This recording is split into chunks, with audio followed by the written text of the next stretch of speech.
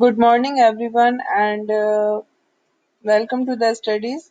Yesterday, we have finished the chapter on fundamental rights, and now we are starting the third chapter, that is election and representation. This chapter is all about the importance of election, the various rules regarding election and representation, and the challenges of elections. All these things are discussed in this chapter. First of all, we must understand why there is a need to write down rules of election in the constitution. Uh, Election is very much important in a democracy, and we cannot think of democracy without election. And if the rules of election is written in the constitution, then there will be very less possibility of any kind of unfair elections. So, in order to make the democracy more real, in order to make the democracy more meaningful, is it is very much important for the constitution makers to include the rules regarding election and representation in the constitution itself. And our constitution makers also did the same thing, and they um, give the basic rules of election and representation in the constitution. Now we will start the chapter. We have two simple questions in front of us. The first is, can we have democracy without holding election? And the second is, can we hold elections without having democracy? And these two questions are related to the election and democracy. What is the relation between election and democracy? What we find that in a present day, the population of a country has become so large that we cannot think of direct democracy. What we find in ancient time, in ancient Greece, in the city states of ancient Greece, what happened that people used to participate in the decision making process themselves. They were directly participating in the process of the government because those city states were very small city states.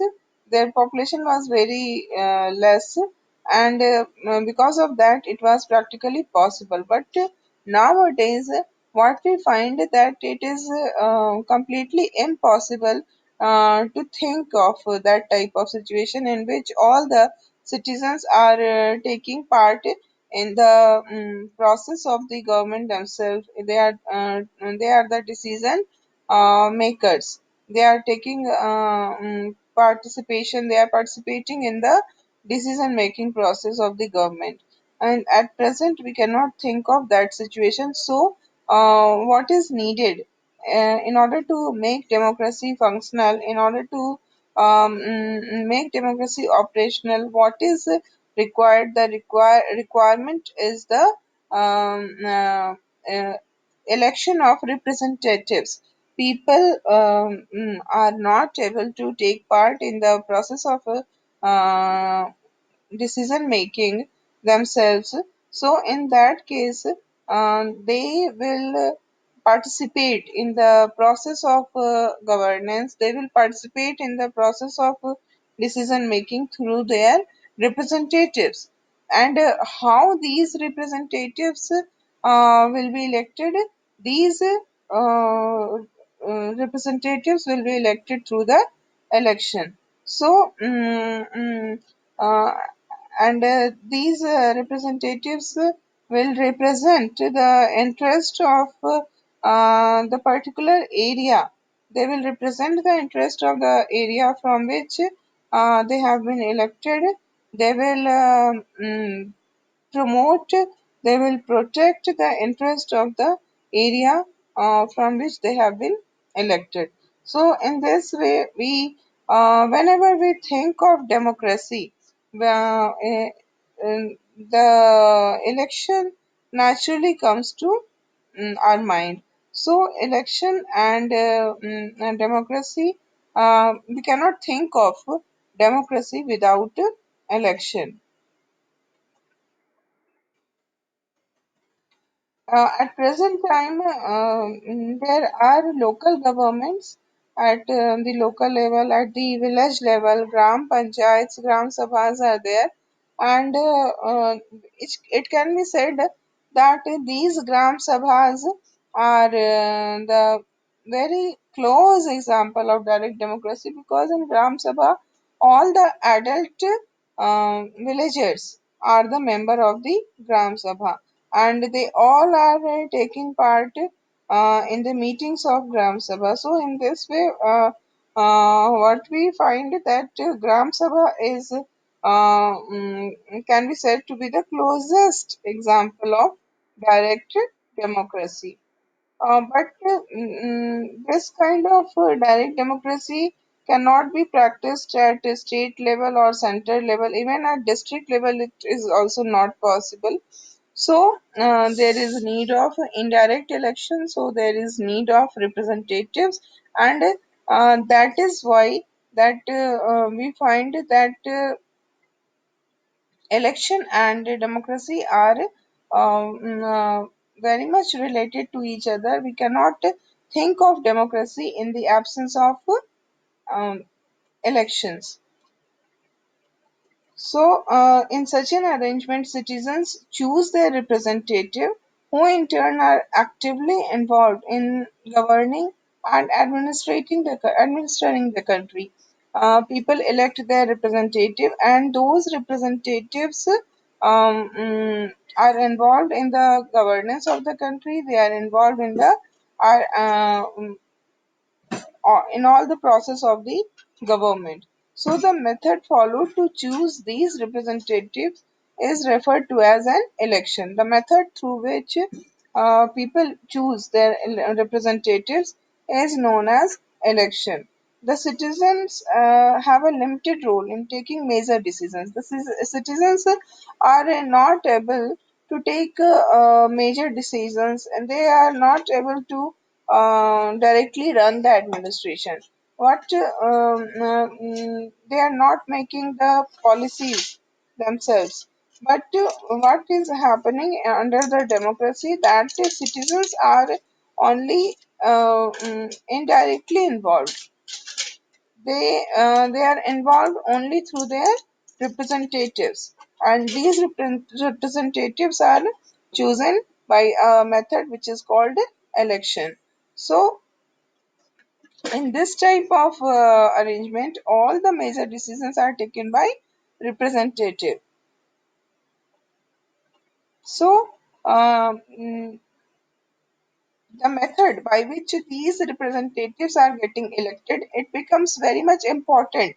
It becomes vital for democracy. If the method by which people are electing their representative is not based on the principle of equality.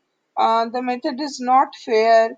It promotes, it uses unfair means.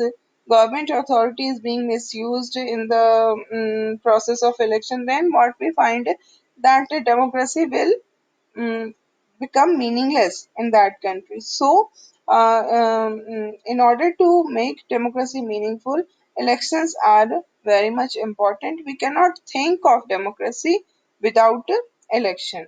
So, we got the answer to the first question, that the first question was, uh, can we have democracy without holding election? No, we cannot have democracy without holding elections. Okay. Now we are going to find the answer To the second question, the second question is, can we hold elections without democracy? And if we want to answer this question, then what we find that there are many countries which are not democratic, but still elections are taking place in those undemocratic countries. There are in the in your ninth class you have studied about this, that how there are so many undemocratic countries which are holding election just for the sake of the name, that they want to prove that they are holding the power of the government because of the consent of the people, in order to show the whole world that they have the support of the people. They conduct election, and the election is conducted by the government in such a manner that it is that it knows that it is going to win the election, because it will use unfair means, it will use its influence, and the election is not free at all. And in this way, they know that by holding election will not cause any kind of threat to their rule. There are many examples of this. In China, what we find that there is only one political party that is legal, and that is the Communist Party of China. And there are some small parties exist there, but those smaller parties, if those smaller parties want to contest election, want to nominate any, want to um, mm, contest the election, then they have to take permission of the Communist Party. Then only they will be able to contest the election. So in this way, what we find that elections are happening in China on every 5 years, but those elections are not democratic, because people have don't have the options to choose from. And in this way, that type of election is not a democracy. So it is not important for holding elections that democracy should be there. There are many more examples in Pakistan also. Then when Parvez Musharraf usurped the power of the government, and after that he held election, and that election was also uh, done by using the unfair means by the government, and it was only to show the world that the government which was controlling the power is not has not achieved that power through any unfair means, but the result of the election, that it is showing that it has the support of the people.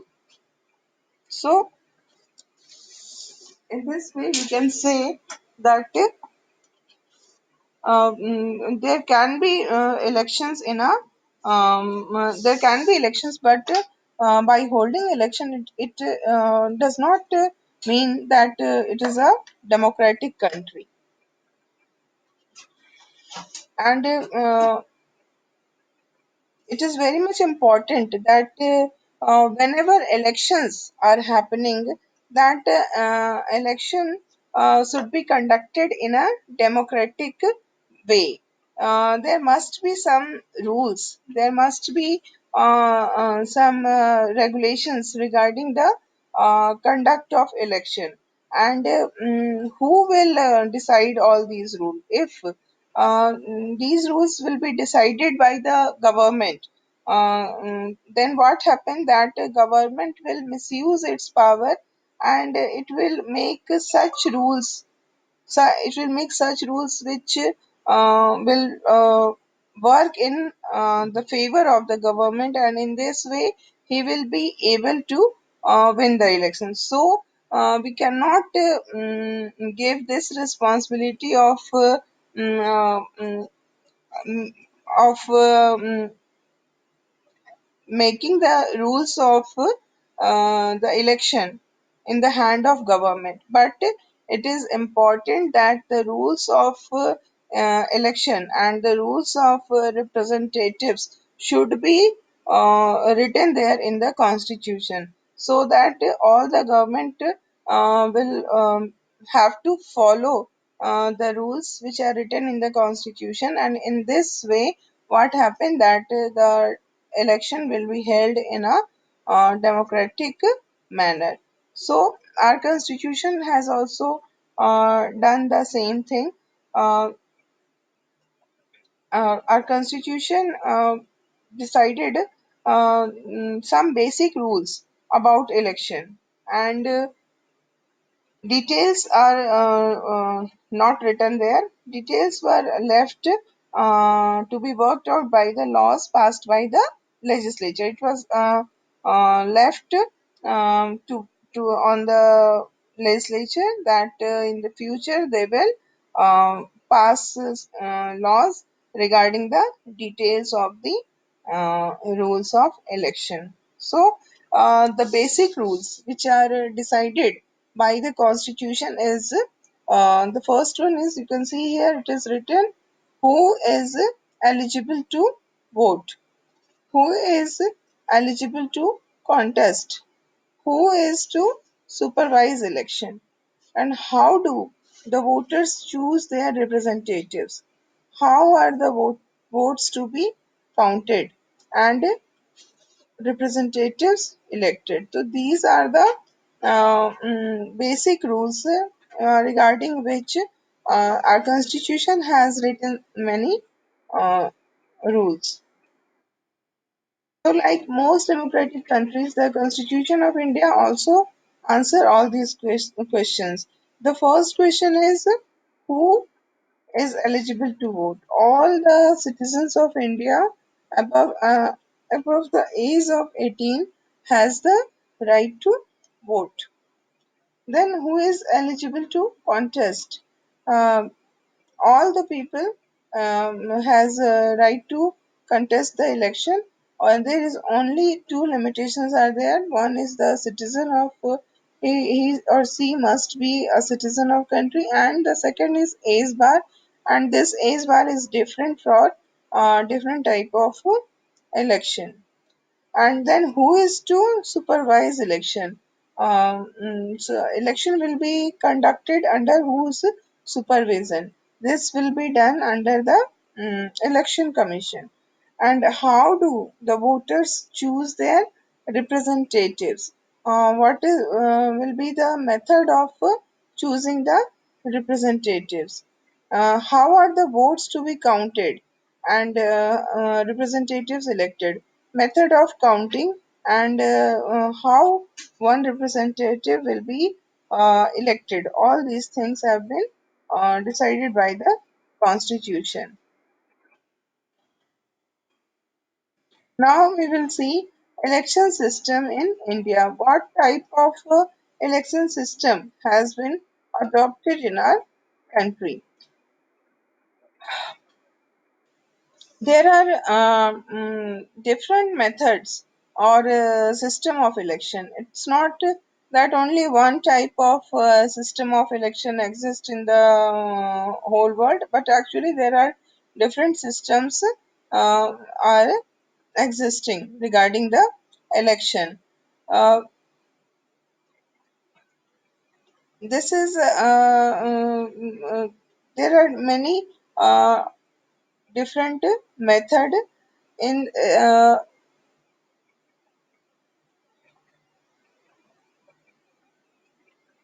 in this regard. We will see that our constitution has adopted two different systems. The one is past the post system, and the second one is proportional representation.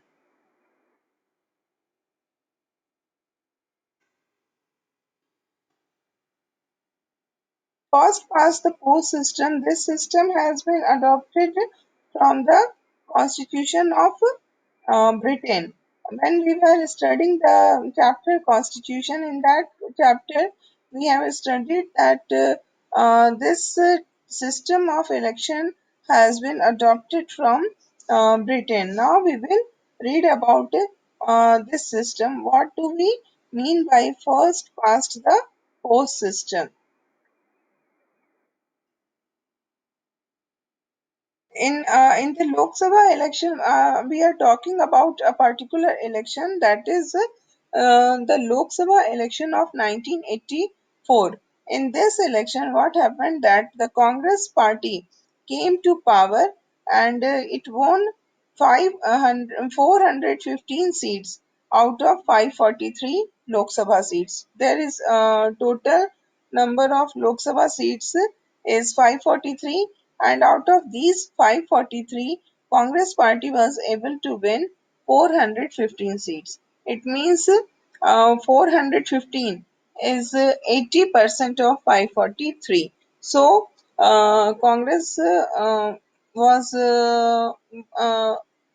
won the 80% of the seats. While we know that in order to form a government, what is required, that a party must win at least one more than half. 50% plus one seats are required in order to form the government. And here what we find that in the year 1984, Congress won 80% of the seat. Such a victory was never achieved by that time. No other party was able to win so much seats, so many number of seats in the Lok Sabha. So, in this way, what we find by this data, we will come to the conclusion that Congress party uh, has the biggest popular support. People of India, 80% of people of India are supporting the Congress party. This will be our conclusion. But here, one thing which is very much important to know, that this conclusion is not correct. This is a wrong conclusion. How it is a wrong conclusion? We will see. Look into the matter. The Congress party won four-fifths of the seat, that is 80%. But what happened? That the party got only 48% of the vote. You can see it is written in your notebook that the Congress party, got 48% of the votes. Now see the difference. Votes are 48% and seats are 80%. Getting it? So this means what? That only 48% of those who voted in favor of the candidates put up by the Congress party. Total number of people, suppose 100 people give their vote, they voted, they took part in the voting, and in these 100 people, 48 people were such who voted in favor of Congress party. But party is winning 80% of the seats in the Lok Sabha. So how it happened? You can see this table. This is the table in which three columns are there. One is the column of party, the other one is the column of votes, percentage of votes, and the last one is the seats, number of seats. So Congress party won 415 seats, but it got only 48% of the votes. BJP won two seats, only two seats, and it was able to get 7.4% of the votes. In the same way, Janta Party is there, which Janta Party is there, which got uh, 10 seats, in the Lok Sabha, and it was able to get 6.7% of the vote. So in the same way, you can see that Akali Dal, which is getting 7 seats. Okay, it is getting 7 seats, and how percent of the vote it is getting? Only 1%. The same condition is applying with the AGP, Assam Gan Parisar. It has also managed to get 7 seats in the Lok Sabha, but percentage of vote is only 1%. So how does it happening? How is it happening? ऐसा क्यों हो रहा है? The reason behind this is the method of election that first past the post system. This method was adopted by our constitution makers, and this method is responsible for this type of situation, because what we find that from every constituency, one candidate, so many candidates are contesting the election, and among these candidates, one candidate who secures the highest number of votes in that constituency is declared elected. Okay, now you can consider it in this way. First, I will tell you, then I will read the text. Suppose there are three candidates. Okay,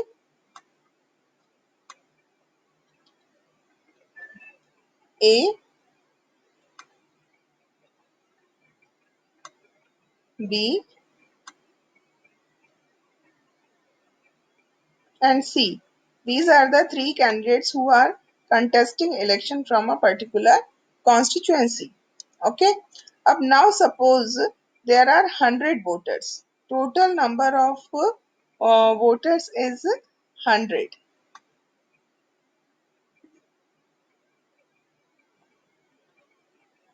Now, what we find that A is able to get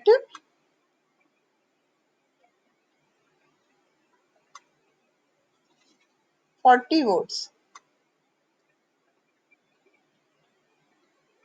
B gets 35 votes, and C gets the remaining of the votes. It means 25 votes, because there are total 100 voters. Okay. Now, what we find that who will be the winner?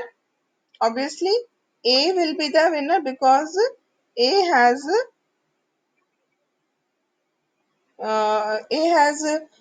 got the maximum number of votes, that is 40.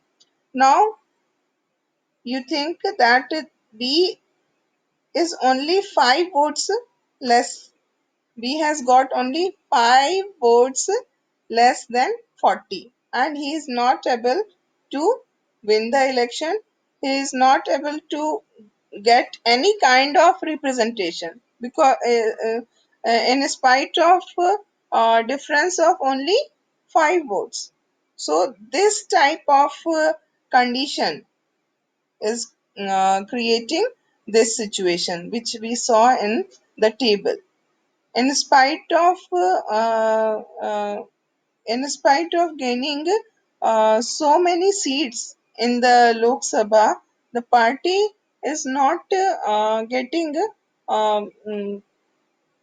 party is getting very low percentage of votes. So this is the situation, and this is because first past the post system. This is the system in which we do not consider anything. We just see whoever um, candidate is able to get the maximum number of vote will be considered as the winner. So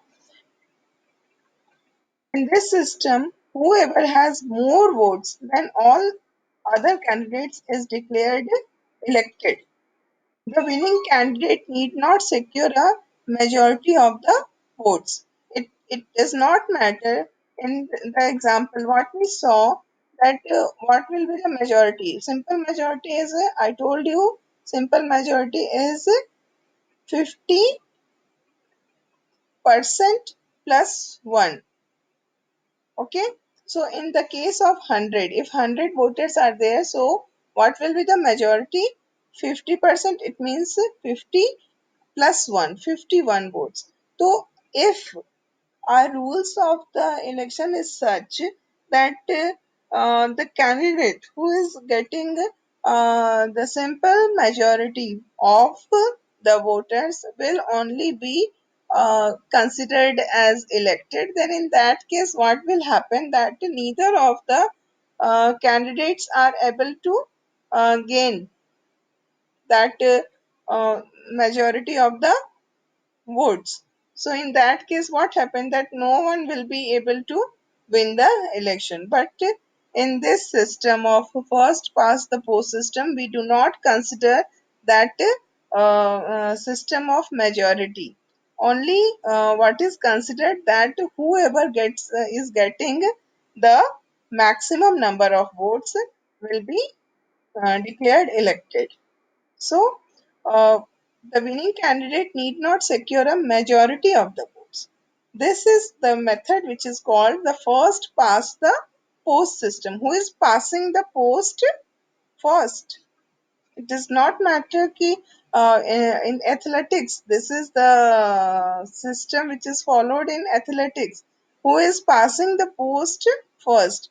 It is not a matter how much time is taken by the athlete to pass that post. Only thing is that uh, the athlete should pass that post first. Okay. So, candidate who is ahead of others in an electoral race, when there is election, the candidate who is ahead of others, who crosses the winning post, first of all, is the winner. Okay. So, this is the system of first past the post system, and the biggest drawback of this system is the wastage of the votes. This is completely wastage. These 35 plus 25, it means 60 votes have been wasted in this system because people who have given their vote to candidate B and candidate C, their vote has been of no use because only those votes have been counted. Those votes are meaningful, which is given to the winning candidate, and these votes are wasted. So this is the biggest drawback of the first past the post system, and it causes a type of unbalance. A party which is gaining 80% of the seat, but actually it is gaining only 48% of the votes. So this kind of contradictory situation arise only because of this system. Okay. Now, we are again considering the example of Congress Party. Congress Party won greater share of seats than its share of votes because in many of the constituency in which its candidates won, they secured less than 50% of the votes, isn't it? In many of the constituencies, the Congress candidate was not able to secure 50% of the vote. They got less than 50% of the votes. Still, they got elected because their opponent were not able to achieve that much of votes. So, what is happening that the winning candidate often get much less than 50% of the votes, and in this case what happens that the votes that go to all the losing candidate go waste. Okay, and for those candidates or parties get no seat from these votes, because they are not these votes are of no use. Suppose a party gets only 25% of the votes in every constituency, but everyone else gets even less vote. In that case, the party could win all the seats with only 25% votes or even less, isn't it? Any party is there and that party is able to get only 25% of the votes in every constituency of the country, and uh, all the other candidates are getting less than 25%. So what will happen, that this party whose candidates is getting 25% of the votes in every constituency will be able to win the election. It will win all the seats, but the number of share of vote is only 25%. So uh, this is the case. In this context, one more thing is important to understand, that uh, in a constituency, within a constituency, the number of candidate is if the number of candidate is more than 2, then the problem will aggravate, because in that case what happened, that there is high possibility that the winning candidate will not be able to achieve 50% of the vote, because there are more than two candidates. And if there are only two candidates, then there is this type of situation does not arise, because only two candidates are there, so anyone will be able to achieve at least 50% of the votes. So in Britain, what we find, that there are two party system,